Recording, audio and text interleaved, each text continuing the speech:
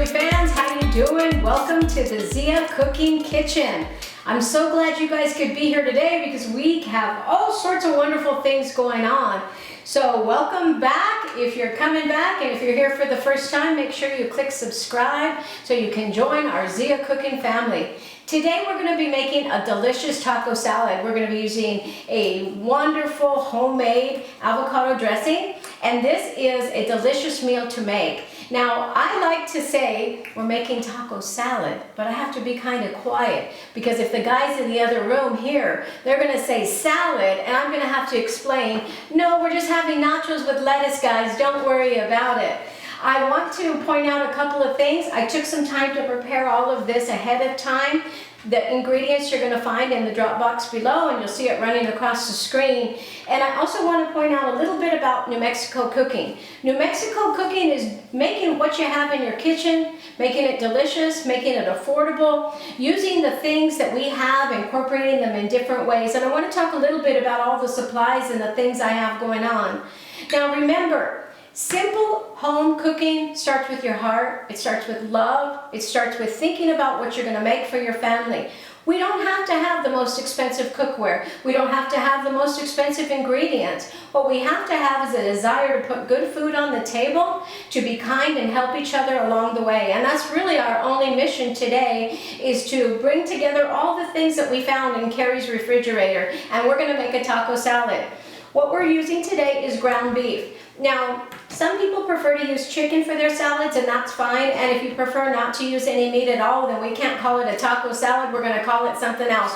But you can go ahead and you can follow along and see what you can make out of it. What do you call it? I would call it a tostada and avocado salad, I guess. That's what we would say. So let's go ahead and get started. In a heavy bottom skillet, we've got this ground beef going, and I already took the time to start cooking the pink off of it.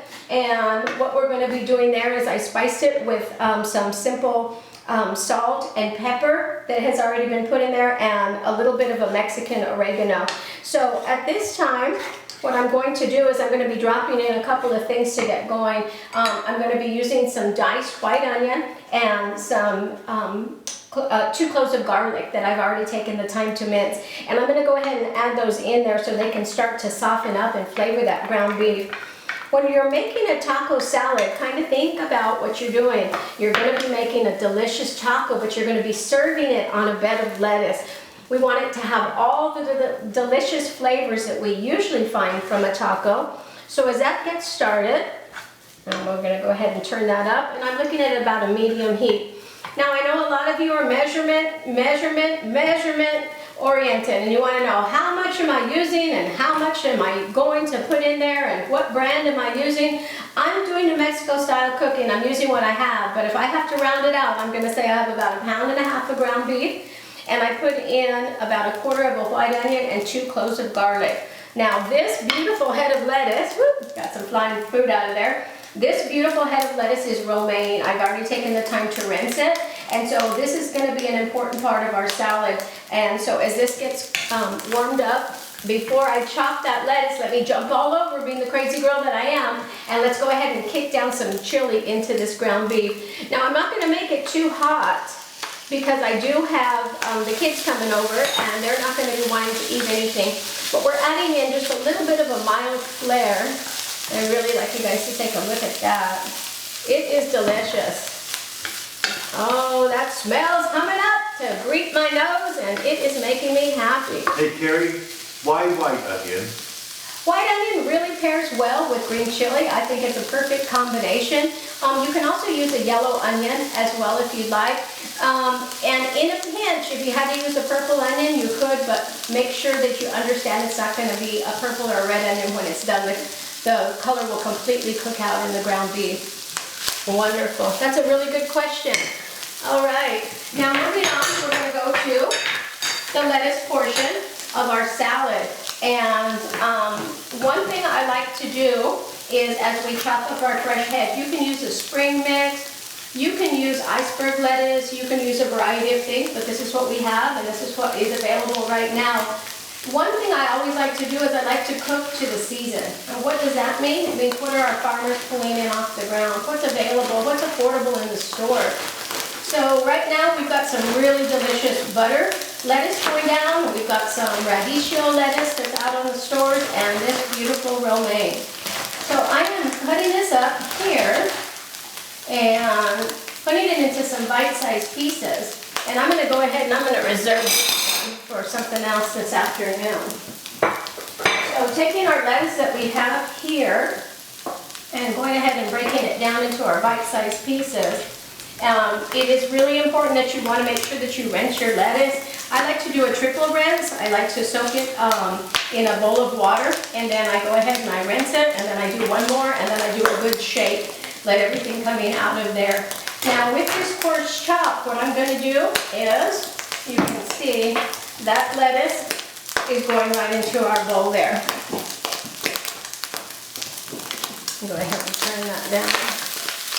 Oh, I love the smell of that chili, the onion, the garlic. It is really making this house smell delicious.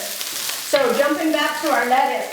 Now, a lot of times you find taco salads, people will just dump the lettuce on the base, but I'll tell you what, if you want your family to eat lettuce, we need to do something special with this. So we're going to go ahead and we're going to do a little bit of a mixing up of a simple dressing. Excuse me, guys.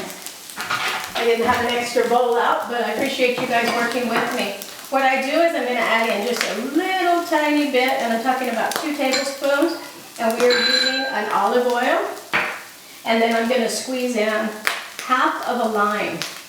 Now lime is a really, really wonderful way. If you're not so much of a citrus fan, you can try and use a splash of rice vinegar if you prefer, but this gives a really good traditional taste to it. So that's real simple. No other things needed, just a little bit of olive oil and a little bit of dressing, a little bit of lime, and that creates a really simple dressing that goes directly on our greens. Tossing that together. Beautiful. How simple was that? Now this ground beef is coming together. We've got our lettuce ready to go with our topping, so let's go ahead and talk a little bit about our dressing. Today I'm making a homemade avocado dressing. Don't even bother making a salad if your dressing isn't going to knock the socks off everybody. That's something I always tell people. Put a little bit of time and effort in your dressing and you'd be surprised. This dressing is also very, very good as a dip. So you can use it for a variety of different things. You can use it for taquitos, you can use it for, 101 things. Let me know what you use it for in the comments below. So today we're going to go ahead and we're going to start with 2 tablespoons of olive oil. You can use an avocado oil if you'd like. I just didn't have any today. So I'm going with what I have. Remember, True New Mexico Kitchen Cooking is doing what we have, making delicious things out of what we find in our kitchen. And so today we are going to be using some Greek yogurt. You can substitute Mexican crema, or you can use sour cream if you'd like. But I really like the way that this has a nice tang, and it is absolutely delicious. I'm going to go ahead and add that in. And again, I'm just using a small container today. And we have some onion, some coarsely chopped onion. We have a couple of cloves of garlic, and that's going to get tossed into my little bullet blender. And then we've got some lime. We're going to squeeze that in. Now, lime gives us a great acidic property. It also helps with thinning out this delicious dressing that we're creating. And of course you can't have an avocado dressing without avocados. You want to make sure that you get some ripe, creamy ones if possible, and we don't have to do anything fancy. All we're going to do is we're going to simply squeeze those in there. But you want to make sure that you remove that pit. We don't want to find that in any dressing that we're making. Hey Carrie, Yes? how do you know when they're ripe? Well, there's a couple things that we can do to look at that. First and foremost, we're going to look for the color. And the color is going to be a darker color. And then you're going to hold it and you're going to feel, make sure it has a little bit of a give. You don't want it to be too mushy though, because if you slice into it and it's already turned bad, it's just a waste of money. So luckily, we've got a good batch right here, as you guys can see. And that is delicious. So we are just simply squeezing that in. Now, as I make my avocado dressing, sometimes I find it gets real thick, and I don't want it to be a dip, I want it to be a dressing. So one neutral way that I've learned from some professional cooks is to use water to thin your avocado dressing. It's a neutral flavor profile, so we're not adding anything extra to it. And it gives us a nice pour factor. So we've got our dressing there. Let's go ahead and add one more, because I want everybody to make sure they get a bunch of this dressing on our delicious salad today. Now for spices, I want to talk a little bit about the herb. I like to drop in cilantro, but I live with people that don't care for the taste, so it's always the war. So you can add cilantro directly to your blender, which is what I prefer to do. But since I'm making it today for some people that feel like it tastes like soap, in my family, it's a genetic DNA condition. It's been proven by scientists that not everybody's able to eat cilantro with the love and the happiness that I love to eat it with. So I'm going to go ahead and I'm going to add it on top of my salad just to be courteous. But for those of you who love the cilantro, go ahead and add it directly in there. And we're going to go ahead and we're going to add just a tiny bit of water, and I'm saying less than a tablespoon, just to get us going. It looks like our meat and our chili is done, and thank you for following along. And let's go ahead. And I can already tell we're going to need a little bit more moisture in this. Sometimes I like to add in 2 limes, just for a little bit more of a citrus kick, but today I'm going to make it how I usually do, for those of you who are following along.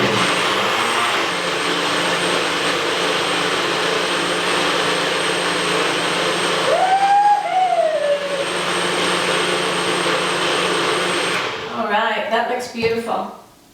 So, I'm going to go ahead and give that a nice good shake. Make sure I don't see anything going on, and we're going to run it through one more time.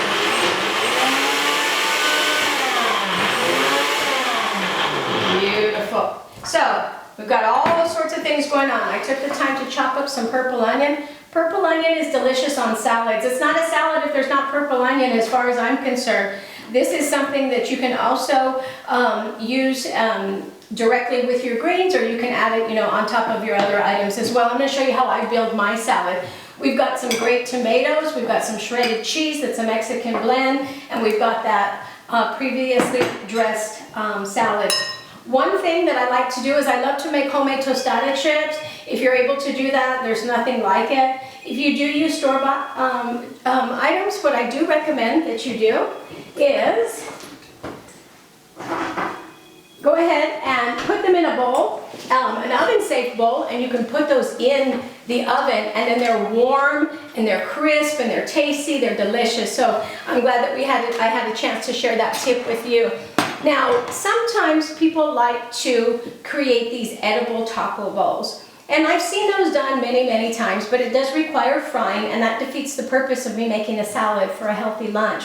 So I went ahead and I skipped that part, and I'm using some baked tostadas today because all we have to do is put them on our cookie sheet. We lightly brush them, and we use some sea salt. So that is very simple. You can also dress these up by putting some chili powder on. You can use margarita salt. You can do all sorts of things when you're creating and building the salad of your dreams in your house. So let's go ahead and get started.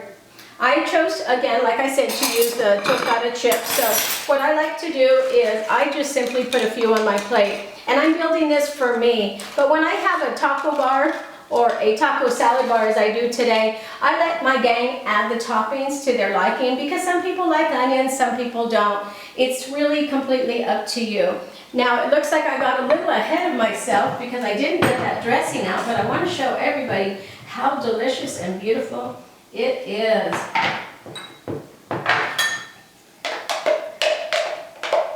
Oh my gosh, this is great. Now, like I said, I like this a little bit thicker to just put on the top, but you're welcome to thin it out if you'd like. It just makes such a delicious topping. So I've got all sorts of things going on. Let's follow along. I've got my tostadas that are warm and crunchy. I'm going to build a little bit of lettuce on top of that. Now, one other thing that you can do is when you're creating this for a crowd, and I've done it many times before, is I use a big platter. And I go ahead and I put my tostada chips down, I put my lettuce bed of lettuce. Say that 5 times real fast. I put the lettuce down, I cover it with our taco meat, and then I do our toppings, and I allow people to serve it. That way not everybody's making a mess in my kitchen, and I have a huge taco salad, so it's really easy to serve that way. But for myself today, I'm gonna just be creating an individual style, and look how beautiful that is. So, go ahead and drop up a little of those tomatoes. Oops, sorry about that. We've got some of those onions. We need the cheese.